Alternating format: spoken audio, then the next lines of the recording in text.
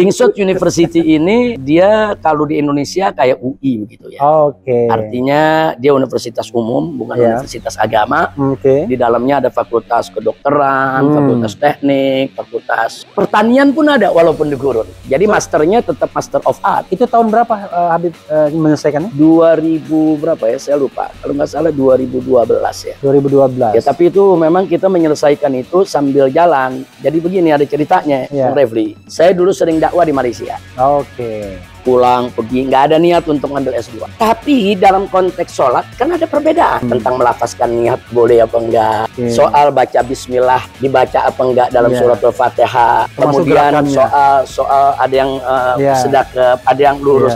Soal itu memang furu. Oke. Nah, selama ada dalil yang bisa dipertanggungjawabkan, silakan aja. Berbeda. Maksudnya kita pernah ditanya, Habib, yang mana tuh yang benar antara yang sedekap dengan yang lurus? Dua-duanya punya dalil. Kalau dia begini kan nggak ada dalilnya. Kalau dia begini nih nggak ada dalilnya. Kalau yang miring begini, kalau yang miring begini masih ada dalilnya. Masih ada dalilnya. Yang di atas pusar masih ada dalilnya. Yang agak naik ke dada masih ada dalilnya. Yang lurus ada dalilnya. Selama dia ada dalil yang bisa dipertanggungjawabkan, selemah apapun dalilnya, kita mesti hormati. Nah, seperti juga kalau tahiyat ada yang mazhab Syafi'i kan nunjuk, diangkat, tunjuk depan, nggak digerakkan. Tapi kan ada yang digerak. Yang goyang-goyang. Iya, ada yang digerak-gerakan begini. Ada masing-masing punya dalil, nggak usah diributin. Kecuali kalau begini nih, begini nggak ada dalil ya.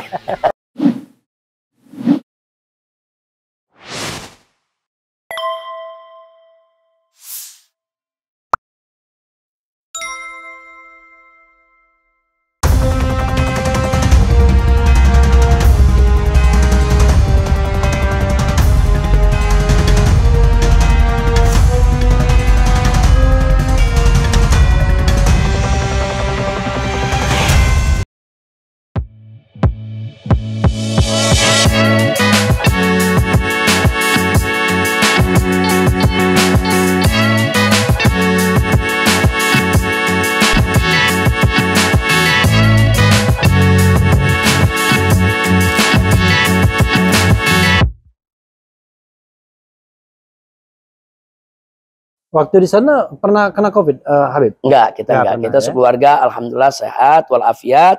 Hanya kita pernah mengajukan izin umroh pada saat COVID. Tapi nggak trauma kan bilang sehat ya? Repot juga nih bilang baik-baik saja diancam 10 tahun. Tuntutannya 6 tahun, vonisnya 4 tahun. Mudah-mudahan nggak terulang. Untung ada diskon ya? Ada diskon di MA sana. Ini ada lagi Bib ya. Saya justru ingin menggali hal-hal yang barangkali belum pernah digali kan.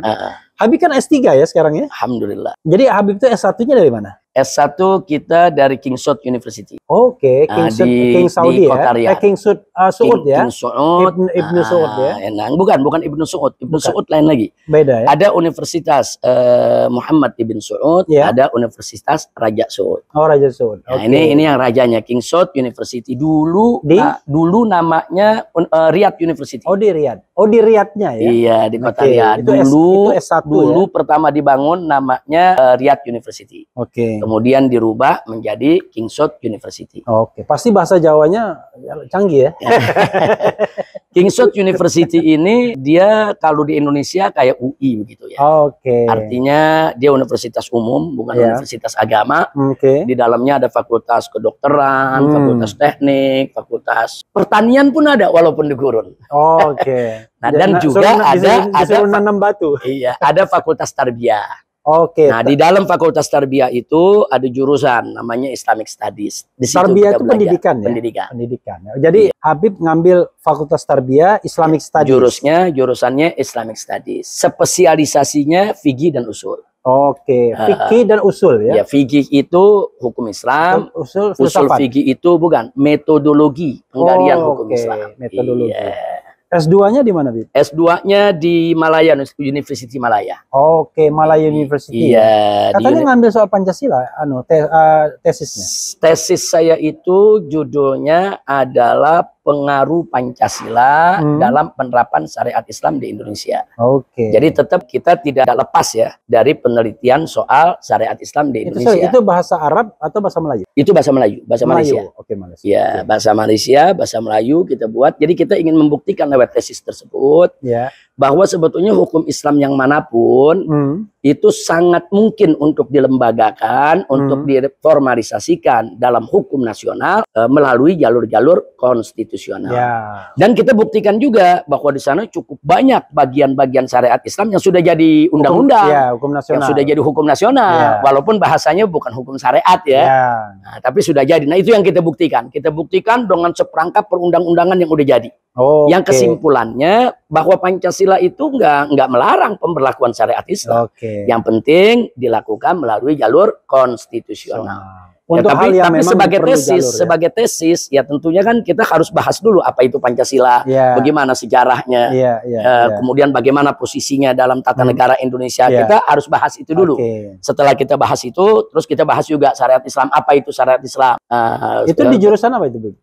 Itu kita itu jurusannya tetap jurusan syariat. Jurusannya jurusan, kalau di Malaysia dia masuk filsafat ya. Tapi sebetulnya itu syariat. Jadi masternya tetap Master of Art. Itu tahun berapa Habib menyelesaikannya? 2000 berapa ya? Saya lupa. Kalau nggak salah 2012 ya. 2012. Ya, tapi itu memang kita menyelesaikan itu sambil jalan. Jadi begini ada ceritanya, Bang Refli. Saya dulu sering dakwah di Malaysia.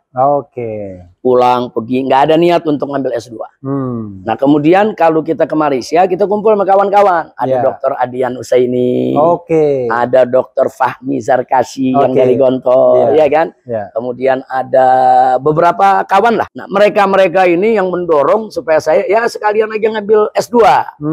Begini, nah, kita diskusi, akhirnya mereka yang ambilkan formulir, mereka isiin, toto nama kita udah masuk di sana. Ya, akhirnya ya sudah. Karena hasil diskusi kita bicara tentang penerapan syariat Islam dan juga tentang hubungannya dengan Pancasila di Indonesia, itu kita jadikan sebagai judul tesis. Dan kebetulan waktu itu ada Profesor Mahmud Zuhdi, seorang profesor di University Malaya yang sangat ngerti soal Indonesia. Iya, jadi nyambung kita bicara. Stay di sana sempat atau enggak pulang pergi, pulang pergi ya. Kita pulang pergi aja. Jadi kita ngambilnya inian by research. By research. Iya, jadi kita nggak mesti hadir di kelas. Iya. Nah, itu S2 ya 2012. S2. Fortunately, alhamdulillah ternyata ketika kemarin sempat di hotel. Oh iya, di hotel bintang 7. Bintang 7 yang bikin pusing ya. Itu menyelesaikan disertasi. Betul. Nah, ujiannya di situ malah. Betul. Itu dari universitas apa? Sama universitasnya? Kita dari USIM. University Sains Islam Malaysia. Itu bahasa Arab atau bahasa? Itu bahasa Arab. Arab. Karena memang USIM ini kan universitas internasional. Jadi dia memberikan kita pilihan mau buat tesis dalam bahasa Inggris atau bahasa Arab. Ya, saya pilih dalam bahasa Arab karena memang lulusan S1 kita kan dalam bahasa Arab. Jadi saya pikir lebih bahasa Jawanya. Jadi itu yang kita ambil.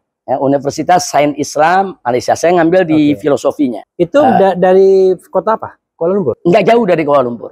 Nggak jauh dari Kuala Lumpur. Dia kota baru, nggak jauh dari Kuala Lumpur. Dan tarafnya memang taraf internasional. Dan rankingnya juga cukup bagus. Kemarin disertasinya soal apa? Disertasi saya itu, kalau judul bahasa Arabnya, Manahijut Tamyiz Baina Usuluddin wa Furu'uddin fi Syariah wal Aqidah wal Akhlaq Inda Ahli Sunnati wal Jamaah. Artinya sesama biskota dilarang saling mendalu. Jadi artinya Manahijut Tamyiz itu metodologi pemilahan antara usuluddin dengan furu'uddin. Jadi antara hal-hal yang sangat prinsip di dalam Islam dengan yang tidak boleh diperdebatkan dengan hal-hal yang memang merupakan rancah perdebatan di antara ulama soal fikih.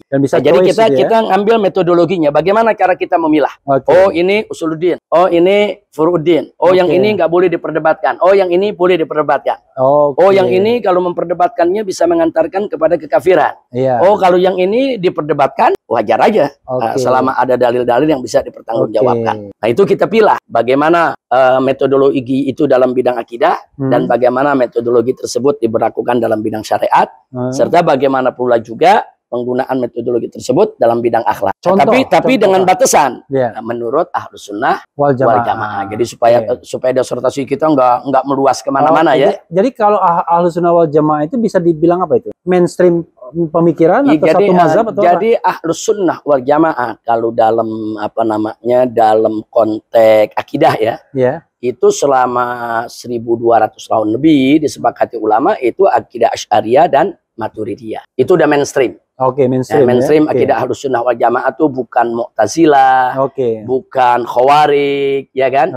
Bukan Murji'ah, bukan Jahmiyah, begitu. Nah, yang disepakati oleh mereka adalah dari akidah Asy'ariyah dan Maturidiyah. Itu dalam konteks akidah. Dan itu tapi kalau Ahlus Sunnah wal Jamaah dalam konteks fikih, nah itu 4 mazhab yang terkenal.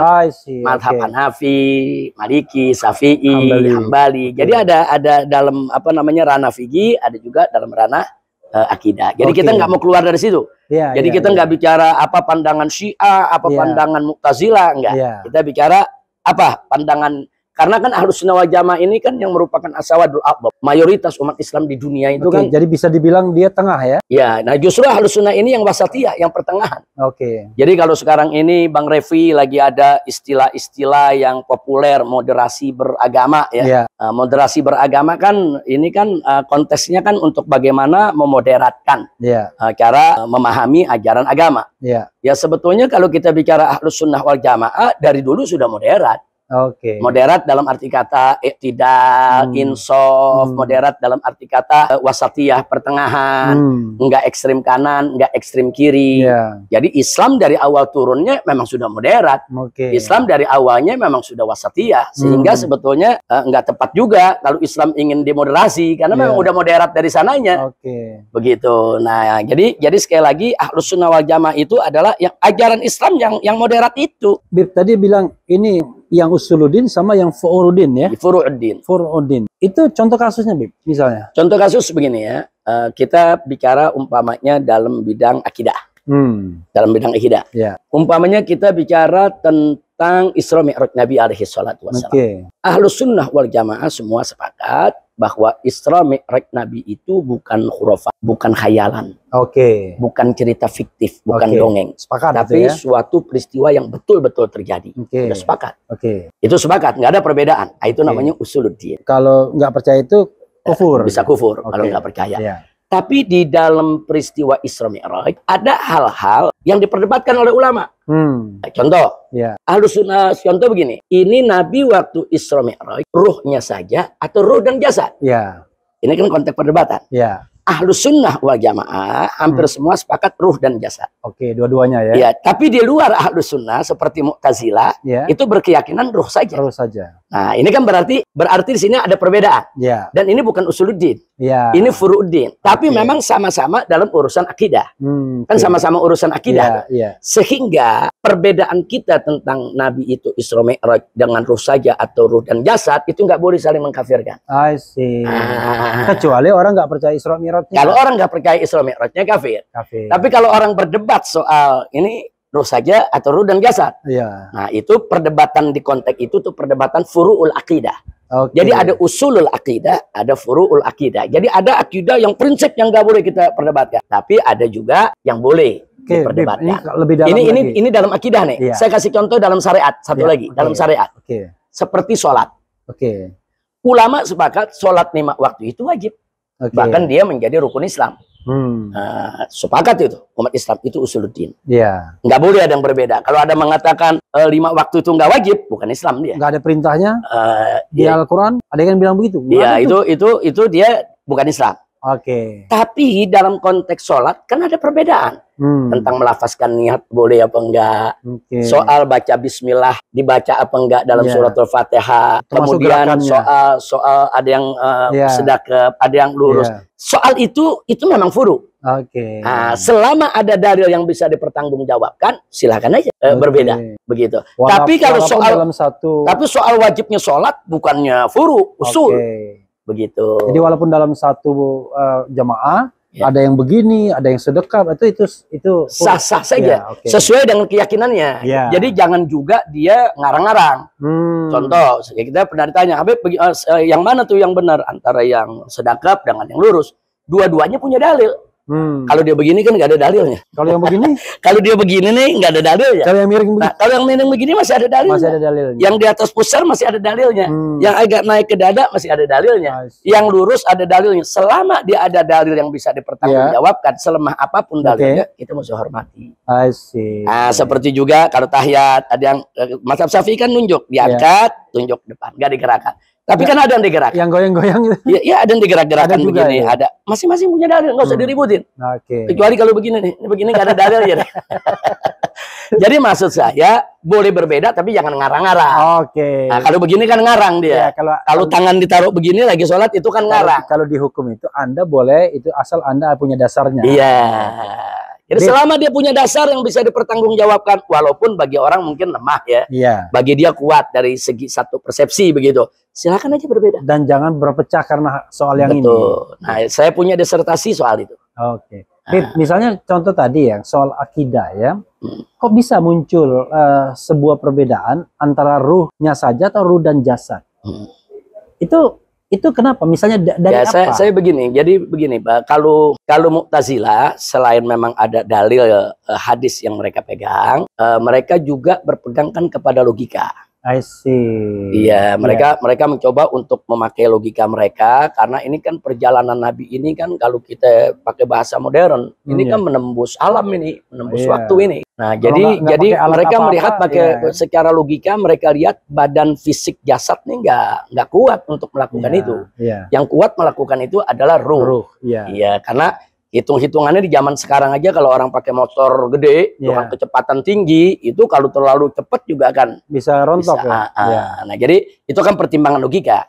Tapi ada pertimbangan hadis di mana Sayyidatuna Aisyah radhiyallahu taala anha pernah diriwayatkan oleh perawi hadis bahwa beliau pernah mengatakan saat Nabi Isra Mi'raj, ma faqadtu jasada Rasulillah sallallahu alaihi wasallam hina usriya.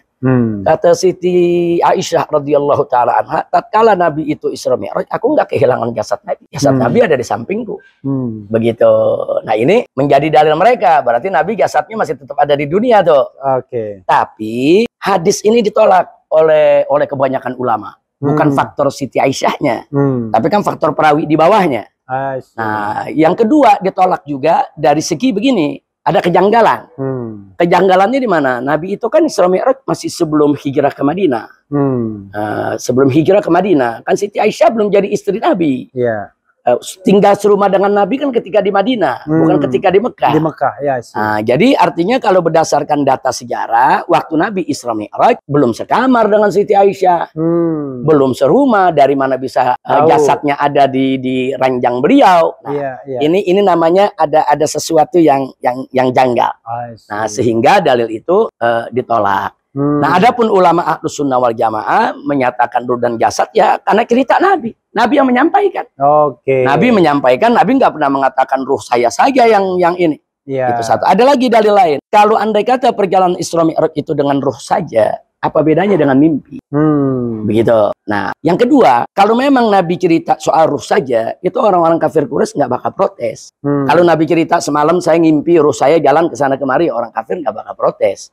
Sesuatu yang biasa kalau mimpi. Tapi kenapa orang-orang kafir protes keras? Ya Muhammad, engkau majnun, engkau gila, engkau bohong, engkau begini. Karena Nabi menceritakannya di alam nyata. Sehingga orang-orang kafir nggak terima. Nggak mungkin alam nyata itu terjadi. Nah, itu kan Ahlus Sunnah juga ada logika juga. Jadi kesimpulannya dalil argumentasi yang diajukan oleh Ahlus Sunnah jauh lebih kuat daripada Mu'tazilah. Tapi sungguh pun begitu, walaupun Ahlus Sunnah berpegang kuat kepada pendapat ruh dan jasad, tapi Ahlus Sunnah nggak ngafirin Mu'tazilah. Hanya karena pendapat bilang ruh saja. Nah, ini kan wasatiyah namanya. Namanya Ahlus Sunnah tuh bersikap arif, bigang, nggak main bilang, oh Anda punya pendapat yang menyebabkan kekafiran, enggak. Nah, jadi metodologi yang kita uraikan, kita paparkan dalam disertasi itu dengan tujuan supaya bisa jadi pegangan buat umat untuk membedakan mana yang pantas untuk dikafirkan, mana yang nggak boleh dikafirkan. Nah, supaya jangan gebrah jangan ngafir ini seenak-enaknya, beda dikit kafir, beda dikit sesat, beda dikit musyrik, nggak boleh. Ini mewakili kegalauan saya sebagai orang awam ya. Saya orang awam soal agama. Kan Rasul itu beristri 9 ya. Iya. Itu kenapa, Habib? Maksud saya kan yang dibolehkan 4. Ya. Sorry. Jadi kan sebetulnya ya? jumlah istri Nabi alaihi salatu wassalam semua ada 12.